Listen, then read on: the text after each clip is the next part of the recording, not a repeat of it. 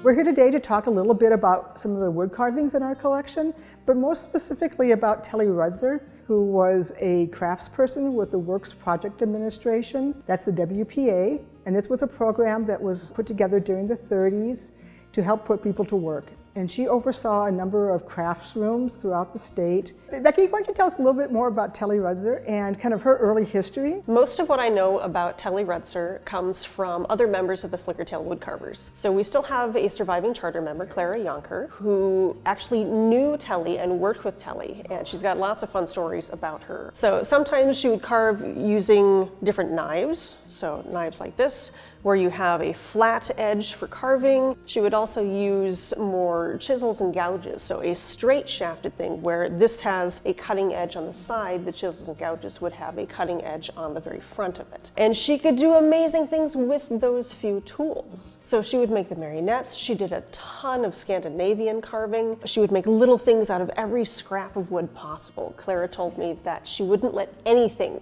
go to waste. We have here a letter opener and a stamp dispenser. We got these actually from Telly's sister, who was also an artist in her own right. Can you maybe tell us a little bit more about the techniques and what she was doing here with these pieces? Looks to be out of probably a birch wood. She would usually go for woods like birch or cherry or easy to obtain, easy to carve as well, versus like oak. Oak is going to be very hard to carve. All of these cuts could be made by very simple knives, straight edge blades. I don't know how much she used sandpaper, but the edge of the letter opener is pretty smooth, so I wouldn't be surprised if she attacked some of this with some sandpaper. The dots in the background, this is a very expensive high-tech tool. It's called a nail. I know, it's hard to find. I'm taking some classes right now, and one of the things that we do in the class is we have our design, I'm working with acanthus, and then to push that background away, to disrupt it with your eyes, you add these dots to it. The marionettes that we've mentioned came into our collection in 1976. They were purchased at an auction for $850. Telly was not part of the actual theater performances. She was responsible for the carving of them and the final look of them. So Becky, can you maybe talk to us a little bit about what you see as a wood carver that kind of shows her hand in this process?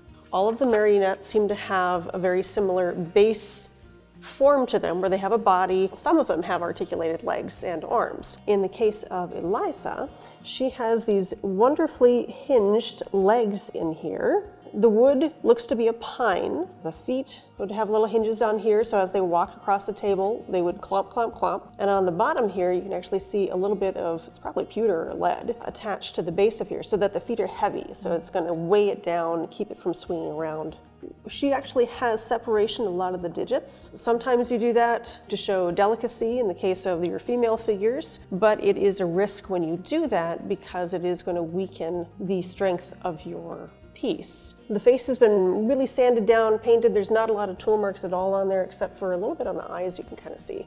A high gloss coating of some sort that's been put on the eyes as well as the lips. It makes it look like liquid. Baby is a little bit rougher because Baby is just kind of more of a gesture of an idea for where the features are. The eyes are not painted in, it's just kind of a shadow. The lips, if you can see those, are absolutely delicate and tiny. That was some very, very sharp tools that took care of those. Looks like a lot of the carving style on Tom is fairly similar to Eliza, so it's the same kind of pine wood, but his finishing is slightly different in here because they've not smoothed out his features as much as Eliza. Like on his face it's fairly smooth, and then they came back and incised in wrinkles, but to show wrinkles on the hands, to show the age, they've actually left a lot of the gouge marks, and these have a slight concave feature to them. Then as you go across the top when you're painting, you can just hit the surfaces, kind of like an antiquing. It'll give you a lot of different color variation running through here. He also has the glossy eyes, but he doesn't have so much the glossy lips.